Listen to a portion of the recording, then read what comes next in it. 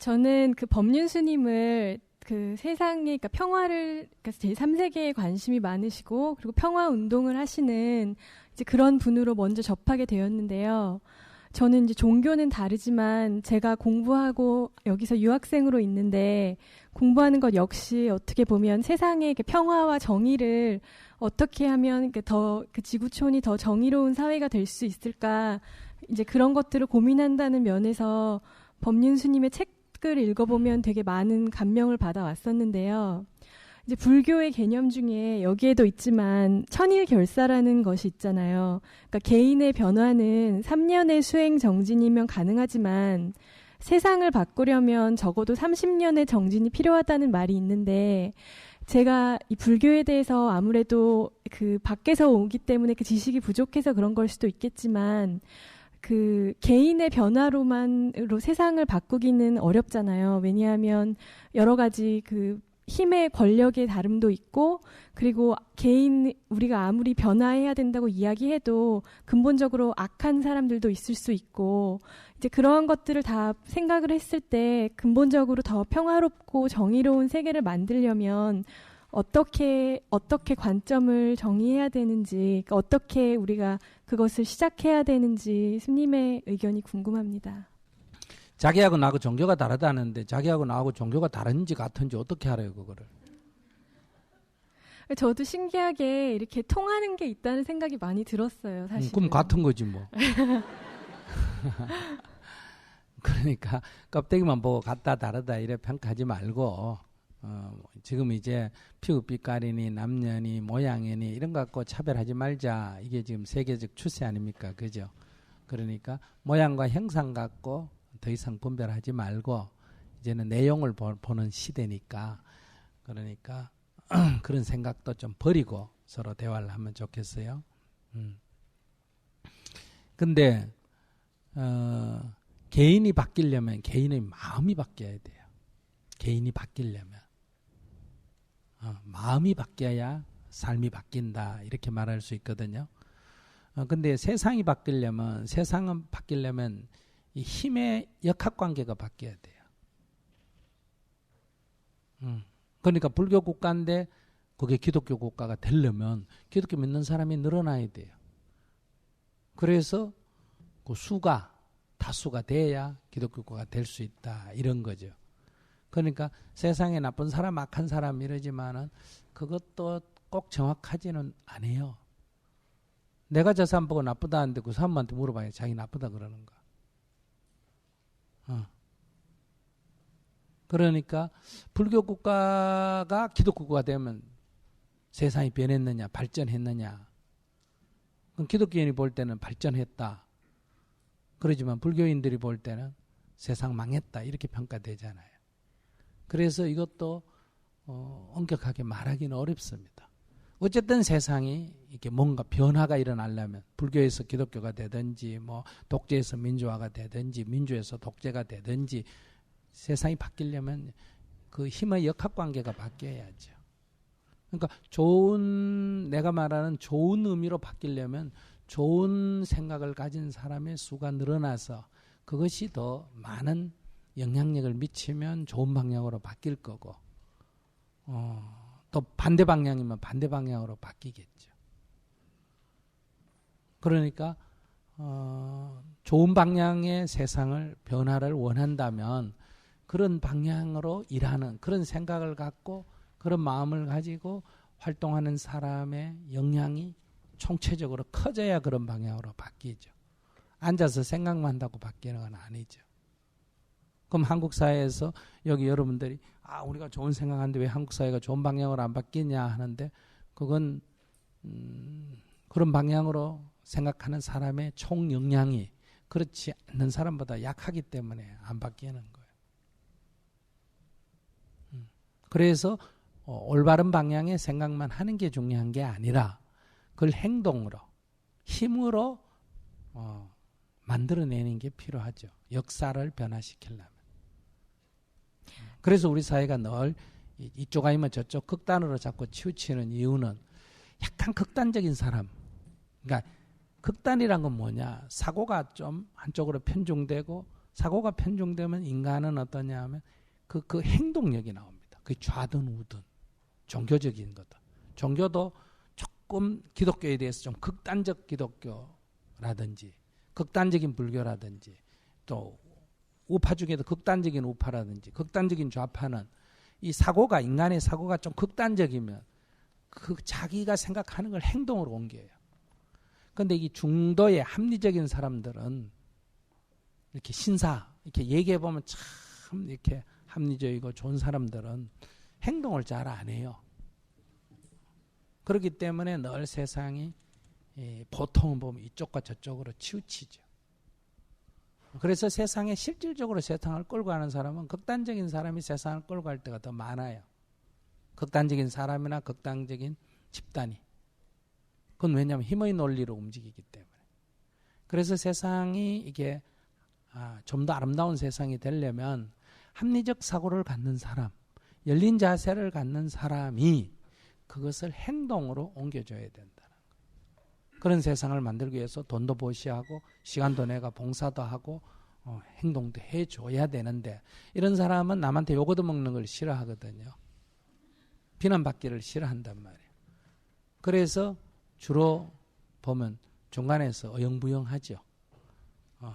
그래서 보면 오른쪽으로 치우쳤을 때 그게 조금 극단을 가면 거기에 대해서 중간에 있는 사람들이 반대 운동을 하면 중간에 있는 사람이 다음에 주도권을 잡을 텐데 중간에 있는 사람은 비판만 하고 어영부영하고 행동을 안 하니까 왼쪽에 있는 사람들이 극단적으로 여기 대응을 하거든요. 그러면 이제 시간이 흐르면 중간에 있는 사람들이 이제 왼쪽이 중심이 돼가 글로 지지하면 이제 정권이 일로 바뀌거나 사회가 일로 바뀌죠.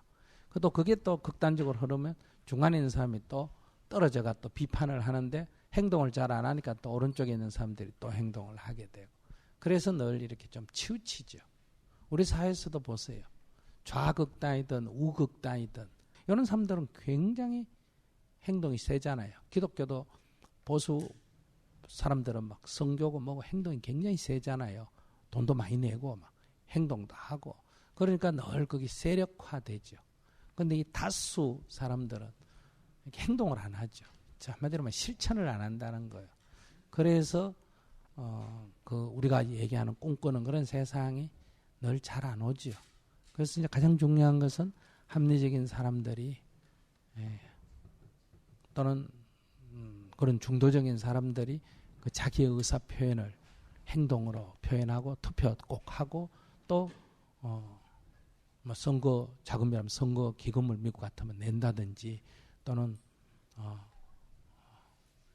행동을 한다든지 이런 게 필요하다는 그런 게 없이는 세상은 역학관계로 바뀌어요. 그럼 스님의 말씀에 의하면 그 중도에 있는 합리적인 사고를 할 수 있는 사람들이 조금 더 그러니까 용기 있는 실천을 할 수 있도록 이렇게 용기를 북돋아 주는 게 세상을 조금 더 아름답게 만드는 방법 중에 하나인 건가요? 그것도 그렇죠. 그렇게 볼 수 있죠. 근데 이 성향이 참 그게 어려운 게 이 합리적인 사람들은 합리적인 건 좋은데 행동을 잘 안 해요.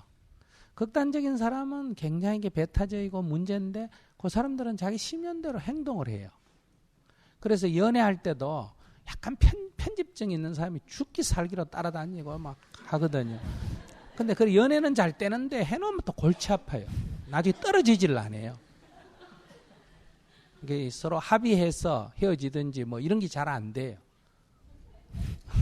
그래서 인간은 다 장단점이 있다 이렇게 볼 수 있어요. 그래서 그게 꼭 나쁘다 좋다 할 수 없고 그러니까 인간의 사유의 이게 유형을 분석하면 그러니까 예를 들면 극우든 극좌든 뭐 종교적인 극단이든 다 극단은 심리적으로는 편집증 증상이 있습니다.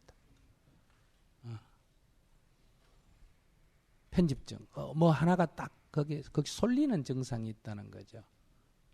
그게 기독교를 그 사람이 기독교를 믿으면 막 극단적 기독교인이 되고 그 사람이 처음부터 불교에 입문하면 극단적 불교인이 되고 그 사람이 공산주의 되면 극단적 공산주의가 되고 그 사람들이 우파가 되면 막 극단적 우파가 되고 이런 사유 이게 심리적인 그런 문제가 있어요. 그래서 극과 극은 통한다 이런 말이 있잖아요.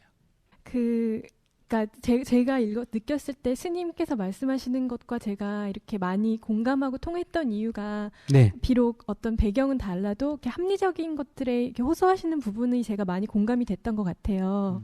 근데 그렇다면 스님의 가르침이 그런 극단에 있는 극좌든 극우든 어떤 그런 편집증적인 자세를 가지고 세상을 살아가는 사람들에게는 어떤 메시지가 될 수 있는지, 그러니까 그 사람들도 타겟으로 하고 있는지 궁금합니다.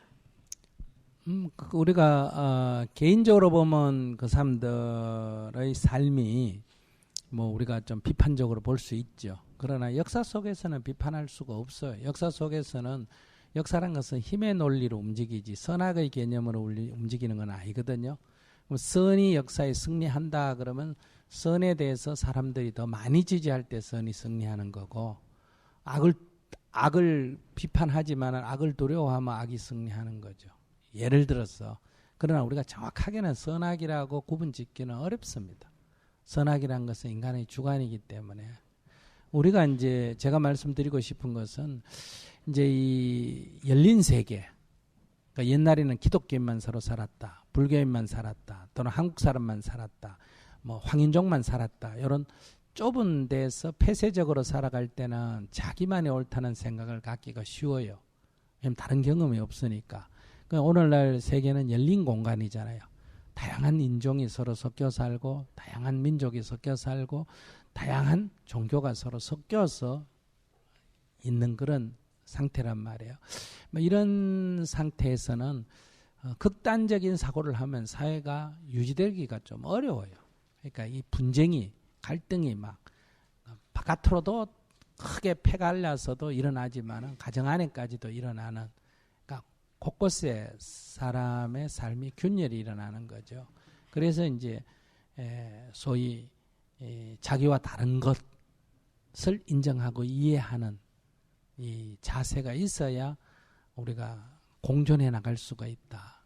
즉 다름이 갈등의 원인이 되는 게 아니라 다름이 오히려 다양성으로 풍요로움을 나타낼 수도 있겠다. 이제 이런 관점에서 합리적인 사고를 갖는 사람들이 좀 사회적 실천을 할 필요가 있다고 저는 좀 말씀드리고 싶네요. 그러니까 자꾸 이렇게 우리 지금 한국 사회에서 뭐 여러 가지 문제가 있을 때 테이블에 앉아서 얘기하면 대부분 다 공감합니다. 예를 들면 지금 여당 국회의원들이 다 여당 편만 들은 줄 아세요? 개인적으로 만나고 얘기해보면 다 비판적이에요.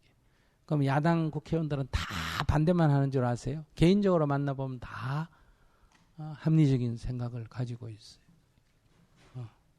그런데 항상 거기에 소수의 극단적인 주장에 목소리가 크고 거기 휩쓸려 가죠. 다수의 합리적인 사람들이 목소리가 작고 행동을 잘 안 하고 눈치 보고 이러죠. 그래서 우리가 여론조사상은 항상 중도가 많죠.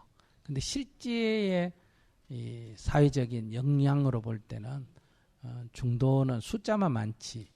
그러니까 아무 행동 안 하고 그냥 네 의에 느끼나 이래 말하면 많은데 실제로 행동하는 것에서는 늘 뒤로 빠지기 때문에 그 여론조사하고 실제하고는 일치가 잘 안 되는 편이다. 이래도 볼 수가 있습니다. 그런 면에서 이제는 조금 더 합리적인 사람들이 그냥 생각만 합리적으로 할 게 아니라 그걸 행동으로 표현할 줄 알아야 된다. 행동이란 건 뭐 데모한다 이런 뜻이 아니라 봉사 시간을 낼 수 있어야 되고 보시, 도네이션을 할 줄 알아야 되고 그 다음에 어떤 행동을 어쨌든 하는 그런 게 필요하다. 이제 합리적인 사람들의 개인주의적 성향이 문제라는 거죠. 합리주의적이면서 약간의 공동체적 사고를 가져줘야 되는데 그런 사람이 개인주의적 성향일 때는 역사의 변화에는 큰 힘이 안 되는 것 같아요. 네. 감사합니다. 네.